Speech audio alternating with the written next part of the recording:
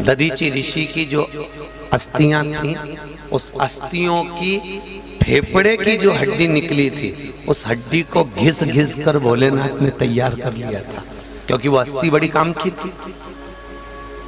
और उसका श्रृंगार कर कर उस अस्थि का दान मेरे ठाकुर जी के हाथ में बंसी बजाकर, बंसी बनाकर शिव जी ने दिया। ये तुम रखो जग कल्याण के लिए, जगत हित के लिए। तो आज भी नियम है, भगवान कृष्ण 3 तरह से बंसी बजाते हैं। एक, ठाकुर जी जब बंसी बजाएं तो ठाकुर जी के नयन किसी किसी मूर्ति में देखे होंगे तो ऊपर रहते हैं। भगवान कृष्ण जब बंसी बजाते हैं ठाकुर जी के नयन सामने होते हैं, किसी चित्र में आपने देखा होगा। फिर भगवान कृष्ण बंसी बजाते हैं तो भगवान कृष्ण के चरण नीचे की ओर होते हैं। हम तीनों मूर्तियों का दर्शन करते हैं, भगवान के चित्रों का दर्शन करते हैं, पर आज तक हमें समझ में नहीं आया। हम तो यही सोचते हैं कि भगवान कृष्ण बंसी बजा रहे हैं, पर उनकी नयन की छवि से पहचानना पड़ता है। ये शिव महापुराण कहती है, अगर ठाकुर जी बंसी का नाद करें और नयन ऊपर हो तो समझ लेना मेरे ठाकुर भगवान देवताओं को, 33 करोड़ देवी देवताओं को प्रसन्न करने के लिए, अप्सराओं को प्रसन्न करने के लिए बंसी का नाद कर रहे हैं। अगर उनके नयन ऊपर हैं, अगर ठाकुर जी के नयन सम्मुख हैं, नेत्र सामने देखकर भगवान बंसी बजा रहे हैं, तो ये समझ लेना चाहिए कि ठाकुर जी इन ब्रजवासियों के जीव का कल्याण करने के लिए, जगत का उद्धार करने के लिए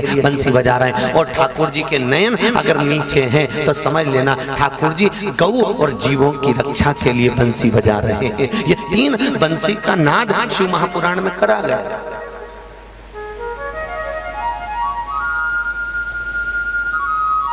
प्रथम दान,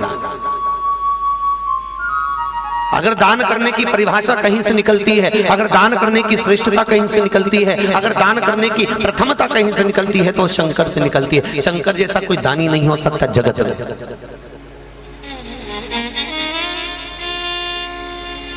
दान भी वही सिखा,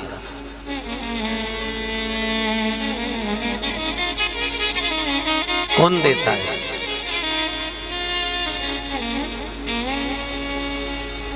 अपन अगर एक साड़ी अपनी